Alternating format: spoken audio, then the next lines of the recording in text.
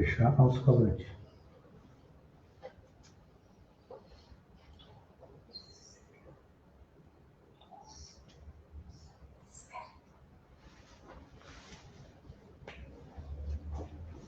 Boa noite.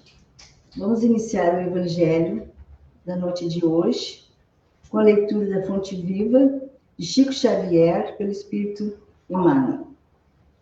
Fé operante. Assim também a fé, se não tiver as obras, é morta em si mesma. Tiago, capítulo 2, versículo 17. A fé inoperante é problema credor da melhor atenção em todos os tempos, a fim de que os discípulos do Evangelho compreendam com clareza que o ideal mais nobre, sem trabalho que materialize em benefício de todos, será sempre uma soberba passagem produtiva. Que diremos de um motor precioso, do qual ninguém se utiliza? De uma fonte que não se movimente para fertilizar o campo? De uma luz que não se irradie? Confiaremos com segurança em determinada semente. Todavia, se não a plantarmos, em que redundará a nossa expectativa, se não em simples inutilidade? Sustentaremos absoluta esperança nas obras que a tora de madeira nos fornecerá. Mas, se não nos dispormos a utilizar o serrote e a plena, certo, a matéria-prima repousará indefinitivamente a caminho da desintegração. A crença religiosa é o meio, o apostolado é o fim. A celeste confiança ilumina a inteligência para que a ação benéfica se estenda, improvisando por toda parte bênçãos de paz e alegria, engrandecimento e sublimação. Quem puder receber uma gota de revelação espiritual no imo do ser, demonstrando o amadurecimento preciso para a vida superior, procure de imediato o posto de serviço que lhe compete em favor do progresso comum. A fé, na essência, é aquele embrião de mostarda do ensinamento de Jesus, que em pleno crescimento, pela elevação por meio do trabalho incessante, se converte num reino divino, onde a alma do crente passa a viver.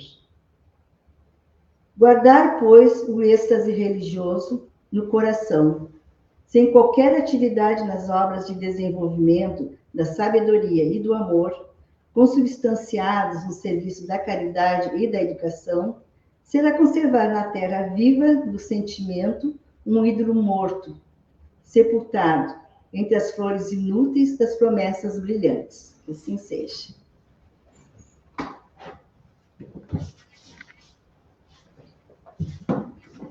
E assim damos início, então, ao Evangelho da noite de hoje, louvando e agradecendo,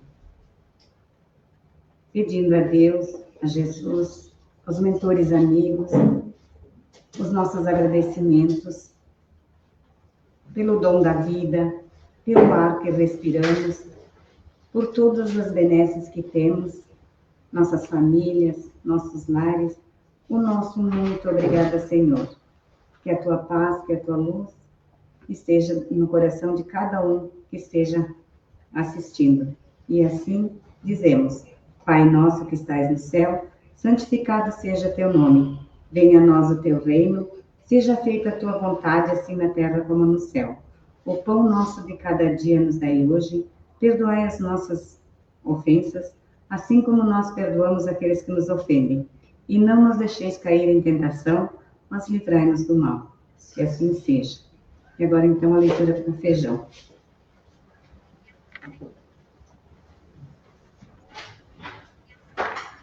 Boa noite aos presentes, boa noite à nossa plateia espiritual e boa noite a você que nos acompanha. Hoje, nós vamos analisar uma passagem do Evangelho de João, onde diz o seguinte: E havia um homem dentre os fariseus, com o nome de Nicodemos, Senhor entre os judeus.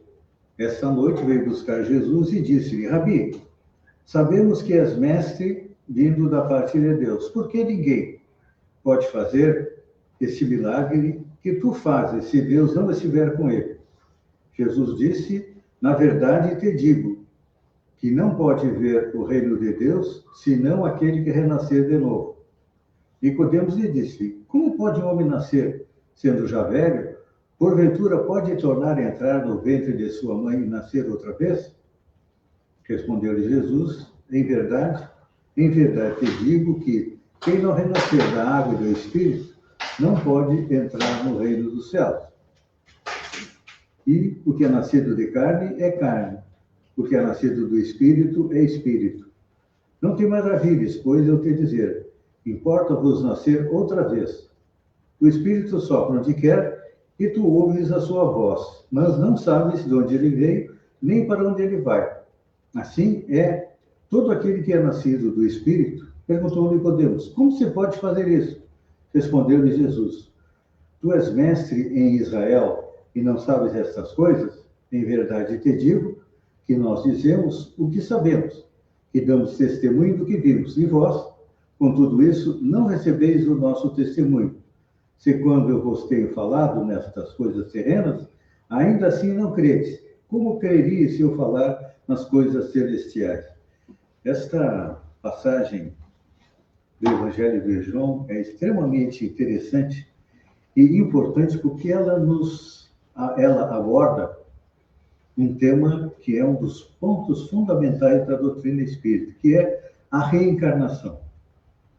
Junto com a existência de Deus, a existência e a imortalidade do espírito, a comunicação entre os dois planos da existência, a reencarnação e a pluralidade dos mundos habitados, são os pontos fundamentais da doutrina espírita, onde se assenta toda a base filosófica e se assenta toda a base científica e também a base moral do espiritismo. Então, aqui, Jesus conversa com Nicodemos. Quem era Nicodemos? Era um fariseu que tinha conhecimento da lei. É uma coisa interessante, porque Jesus coloca para ele como um conhecedor da lei, não sabia da existência da reencarnação. Isso porque os judeus, com exceção dos saduceus, que eram os materialistas de hoje, que acreditavam que a vida acabava com a morte, os demais judeus aceitavam a existência da ressurreição, ou seja, da reencarnação, através do que eles chamavam a transmigração das almas. Era um dogma do judaísmo, e não só do judaísmo. A existência da reencarnação era conhecida, mas também de todos os demais povos da antiguidade. Claro que esta não era uma crença que estava ao alcance da população, porque a população ainda era bastante ignorante e não tinha ainda uma mente em condições de compreender a reencarnação. Então, os judeus acreditavam no quê? Na ressurreição. Por isso que colocaram guardas na tumba de Jesus, porque Jesus havia dito que iria ressurgir. E, como os sacerdotes, os fariseus, toda a classe dominante dos judeus rejeitava Jesus, é claro que não deixariam acontecer a ressurreição. Mas, realmente, ela aconteceu, só que o que era a ressurreição? Era simplesmente Jesus aparecer para nós com o seu corpo espiritual. Foi o que ele fez durante os 40 dias em que esteve no planeta. Então, é importante a gente lembrar que quando Jesus afirma que é preciso nascer de novo para ver o reino de Deus, significa mais um ponto da doutrina espírita, porque a doutrina espírita nos esclarece que nós, como espírito, fomos criados simples e ignorantes, isto é, sem conhecimento, e vamos reencarnando centenas, milhares de vezes, até chegar à condição de um espírito mais elevado, que é a condição de espírito puro. Então, por isso que é necessário nascer de novo. Só que quando Jesus fala que o que nasce da água tem que nascer da água e do espírito, é importante a gente relembrar que, naquela época, o conhecimento era mínimo, em torno de científico. Então, baseado naquilo que está lá no primeiro capítulo do Antigo Testamento, do Gênesis, lá dizia: o Espírito de Deus pairava sobre as águas. Então, as águas, para o povo judeu, era o elemento primordial.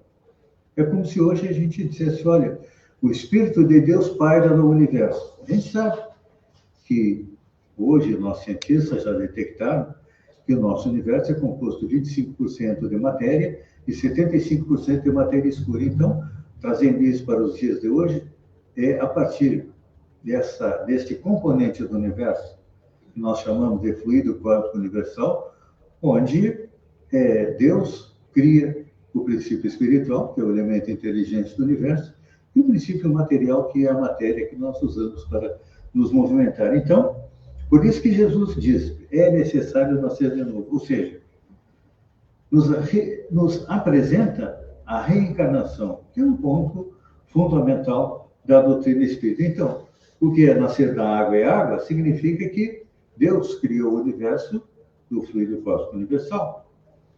Só que nós ainda não temos condição de compreender como é feita a criação do espírito. Então, é isso que Jesus nos coloca.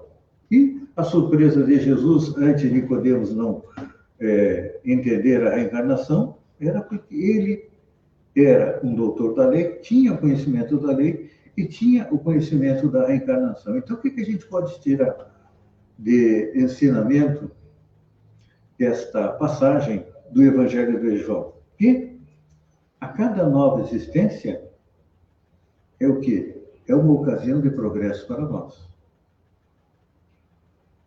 E que a misericórdia de Deus é tão grande que nos dá tantas oportunidades quantas nós precisamos para chegar à tão sonhada felicidade. Porque a felicidade, ela caminha passo a passo para a nossa evolução. À medida que nós vamos evoluindo, nós vamos sendo um pouco mais felizes. Só que a felicidade está lá, do Livro dos Espíritos, está também no Evangelho segundo o Espiritismo, que a felicidade não é das coisas materiais. A felicidade, o que é? É espiritual. E a felicidade espiritual é o quê? É no momento que a gente compreende as leis que regem o universo, que Allan Kardec nos trouxe lá na terceira parte do Livro dos Espíritos, que são as leis morais. Então, à medida que a gente compreende as leis morais, aqueles que ontem acompanharam a nossa exposição doutrinária, viram a ICA colocar muito bem a respeito das leis morais. À medida que a gente compreende as leis morais, coloca elas em prática, a gente vai conquistando um pouco mais de felicidade. A todos, muito obrigado pela companhia. E agora, enquanto a ICA está chegando para o encerramento, vamos fazer a nossa irradiação pensando naqueles entes queridos que nós queremos que recebam as boas energias, e à medida que nós emitimos para eles, eles vão receber. Obrigado.